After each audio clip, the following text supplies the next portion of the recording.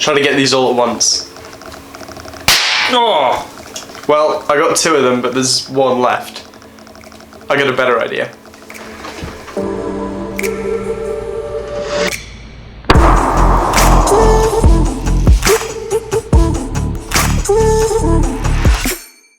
Hey guys, Will here, and finally it happened.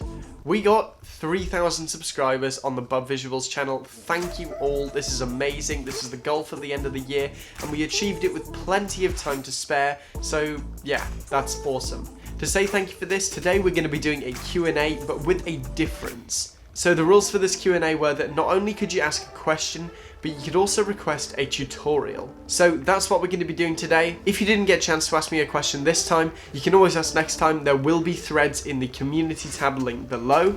Alright, let's answer some questions. Okay, so the first question today is, what is my favourite cereal? The answer? Easy. Cinnamon Toast Crunch.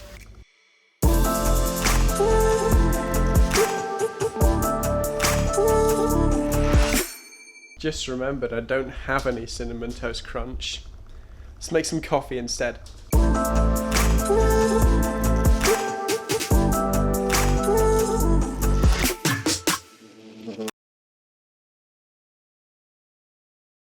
And to answer the second, more appropriate question, my videos generally take a pretty long time to make. Now recently I've improved my shooting, so I only spend about 8 to 12 hours shooting each video, but that time that I've saved generally goes back into editing and just making the videos look even better. Editing generally takes about 30 hours for each video. I do like to put a lot of work into the editing. Thumbnail takes about 10 minutes, that's pretty easy. Just run it through Lightroom with a preset and I'm done. Scripting takes about 2 days on and off. I generally start scripting long before I even do the video. And all of that together is how a review is made. So on to the next question, do I use any filters or presets? And the answer is yeah. I use lots and lots in post and more on that later. But in camera I actually use EOS Pro Color HD, which is what I'm shooting now. And more often than not I do shoot in S-Log2 so I can get the most out of my camera. So now on to why I'm outside. Well, basically I just needed some fresh air because I've been inside shooting and editing and doing all of that. So I thought I'd come outside, shoot some slow-mo and just have a quick break. So why am I here specifically? Well, this is actually where I grew up. I know I live in the country now, but I didn't grow up in the country, I grew up here. So that's the main reason why we're outside. Let's go have a look around. Love doing that.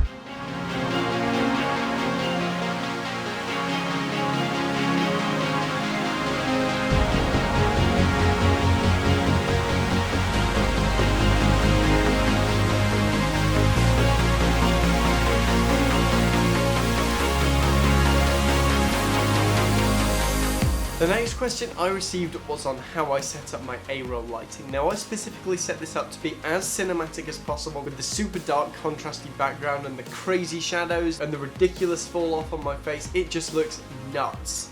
Now this isn't usually what I do, I usually go for something this punchy, but I'm going to run you through both my setups whenever I want something really cinematic, whenever I just want some casual lighting. So the first set we're going to talk about is the casual lighting set. However, I use the same hardware pretty much for each. For my main light I use the Godox SL60W, which you can find my review of up there in the light part. And this light is simply crazy for the price. It's an effective 120 watt LED light that is fully dimmable. Another nice thing is that it's got 93% plus color accuracy, so you're definitely going to get a really accurate shot with zero tint whatsoever. With this I have the standard Godox Octabox. Although you can use any Bowen softbox with this mono light, I prefer to use the Godox one as it's just easier to have all your things from the same place. Plus this softbox comes with a grid.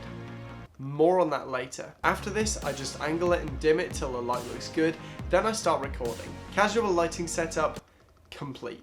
Now onto the more difficult one, the cinematic lighting, like I'm using right now. For this, we're going to need the grid. Basically what a grid does is stops excess light spilling out onto the background, so you get a really, apart from that bit there, I would need to angle this better if I wanted it perfect, but you can get a really dark background when you use a grid because it stops any light spilling. Because we're using a grid and softbox combination, the light's a lot more direct, but it's still soft, so we can get those nice cinematic shadows and those dark backgrounds. A grid and a softbox combination is also a lot easier than setting up a million flags to block light. I was about to do that until Ash Taylor advised me otherwise. He told me just get a grid, stick it on your softbox, and I can confirm that this works wonders. Okay, next tip slash question slash tutorial thingy. Let's go.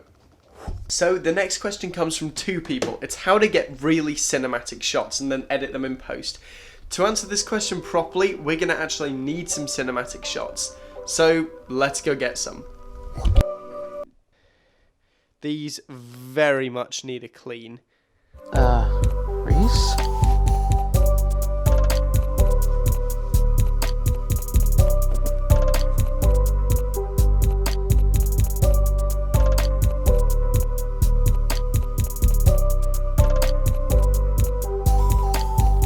Tip 1 is slow motion. It's an easy, quick way to make any footage look cinematic. I use it all the time. You can do either 60p or 120p. They both look great. Just make sure you follow the conventional rules of shutter speed and you'll be fine. Right, so we are in the field. Time to set up the drone, and while we're doing that, I'm going to bring you tip 2. Oh, I am very much going to struggle to get into this shot. Tip 2 is to line up your shots.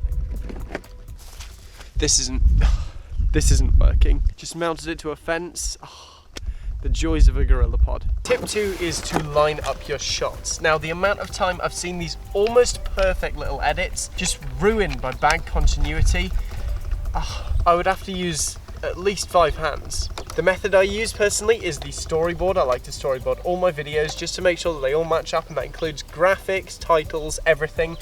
Everything gets hand-drawn. Then I shoot. That way I save not only time, also battery power, storage, and even more time when I'm editing. I can't tell whether it's raining or whether the sheep are just eating.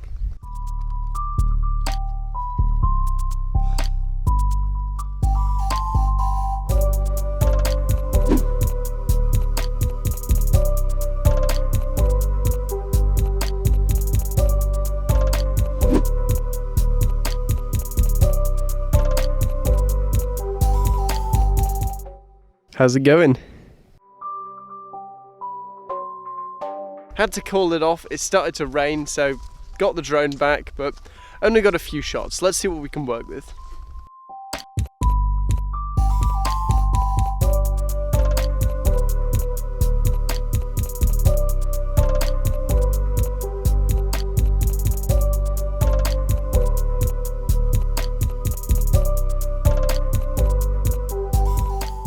It's getting close to lunchtime, so let's make some lunch and answer some more questions.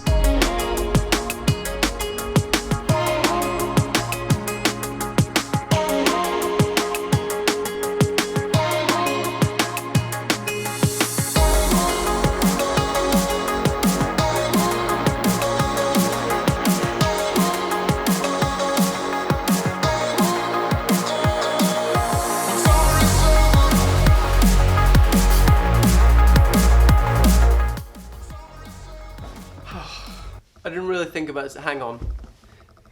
So the question I'm going to answer before I eat my lunch is, was my growth sudden or did it just happen over time? To answer that question, I'd have to say a mix of both. Recently I have actually had a massive growth spurt. That's probably because I've been uploading at least twice a week, whereas before I'd only upload at most once a week. And I definitely think this has helped, so I'm going to keep doing that through 2019.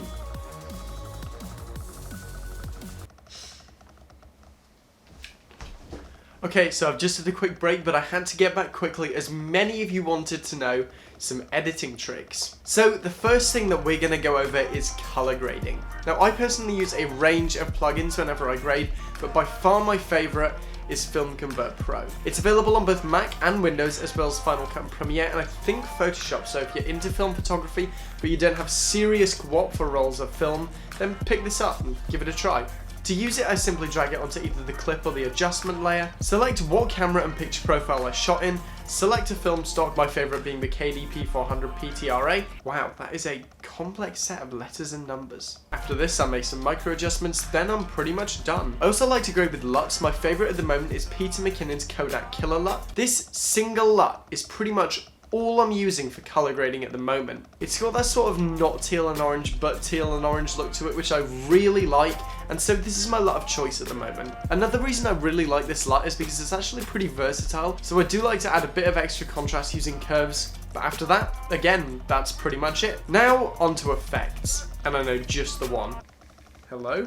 My thigh just leant on my phone and I pressed enter about 100 times. Okay guys, back on topic, I'm going to show you how to do my glitch effect.